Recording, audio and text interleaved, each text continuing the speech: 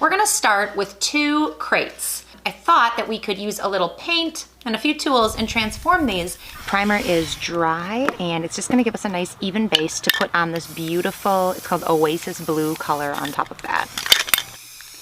This one here is gonna be the one that goes in the front.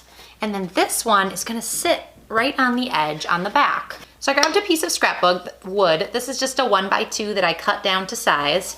And I'm gonna put 2 little pieces on the back here.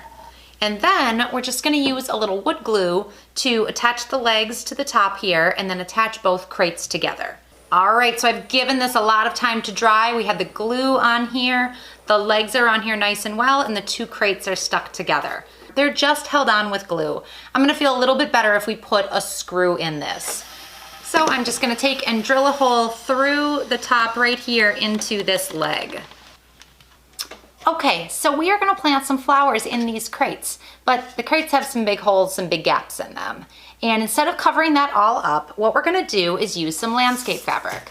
So I've got a square here that I'm just gonna set inside. So to hold this landscape fabric in place, I am just gonna use a staple gun. But I'm gonna add 1 more piece of fabric to the inside. We can just staple it in there. Now the dirt is gonna hold this in. I don't need to staple it too much, just enough that it's not moving around. And then we can grab a scissors and just cut off a little bit of this excess here. And we're gonna start adding soil to our crate.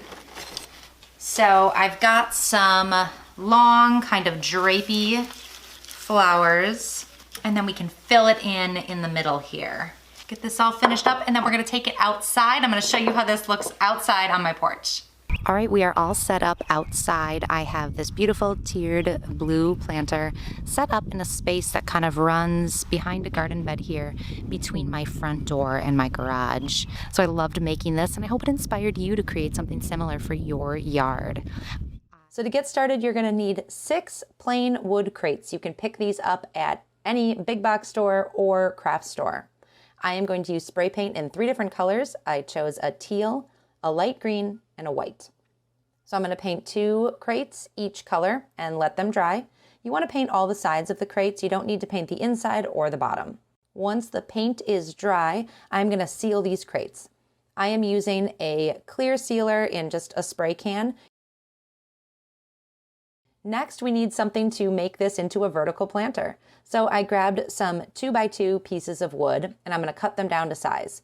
You need 4 pieces at 44 inches and 4 pieces at 34 inches. Then you're going to sand down the edges and stain this. I chose a saddle colored stain, just something that looks really nice with the colors I chose. Depending on the layout of your planter and how big your space is, you may have a bit different measurements for your project. Now that the stain and paint is dry, it's time to lay this out and dry fit everything. I want to make sure that I leave a little room so that this can stand up off the ground and the crates aren't sitting right on the ground. And I want a good amount of space between the crates so I can add some plants. Then using a drill, just add pilot holes and then 2-inch screws to hold everything together. For some of the more difficult areas, you may want to use some wood glue and clamps to help hold everything in place. Assembling this piece horizontally works really well because you're able to stack the crates on top of one another to get some good leverage when adding in those screws. Once everything is assembled, it's time to put it in place. So I am going to place this large vertical planter between these 2 posts here. I've got a kind of shady area. It gets a few hours of sun a day, so I know that I'm going to be able to plant some flowers, some ferns and shrubs in these boxes. I can even do some vegetables as we go further into the summer. Depending on your area, you may want to secure this, so I may take some screws and attach it to the poles. If it's up against a fence, you may want to screw it into that as well, just so it's nice and secure. We're still early in the season, so for right now, I'm going to add some potted ferns to this. But in a couple of weeks, I'm going to be able to line these crates with landscape fabric, fill them with soil, and add in all kinds of plants. I hope this video inspired you to go create a planter for that big open space you have that you just don't know what to do with. This vertical planter adds color and really a lot of functional space for your planting needs this summer. Look for flowers in a multi-pack that can be split apart. Take your laundry basket and drill several holes in the bottom with a drill. Line the laundry basket with a burlap bag or burlap fabric. Start to fill the burlap-lined laundry basket with potting soil. Fill to about an inch from the top of the basket. Then, cut the excess burlap from the top of the basket with some scissors. Starting with the second row of side basket holes, cut the plastic between two holes to create one larger hole. Then, cut out the burlap from that larger hole to access the dirt. Take one of your plants and plant it in the hole by pushing it into the dirt behind it. It helps to use your other hand to grab the plant as it comes through the hole and press dirt down around it on the inside of the basket. It will work best if you alternate holes for planting, so your flowers have room to grow and expand in their new basket home. Once you have the sides of your basket planted, you can plant the top. You can use one group of plants or continue to plant individual flowers from a multi-pack. Set your new planted flower basket outdoors and enjoy watching your flowers grow up the sides of the basket. We're going to start with some plastic flower pots. You're going to need 3 small, 1 medium, and 1 large. Now we're going to spray paint them some colors. So set aside 2 of the small planters. You do not need to paint those. So in a well-ventilated covered surface, spray paint the outside of your pots. It's best to use a couple of really light coats. So I'm spraying these pots here, and it's definitely not going to cover on the first try. I'm going to let it dry for maybe 20 minutes and then come back and add a second, even a third coat if needed until everything is covered.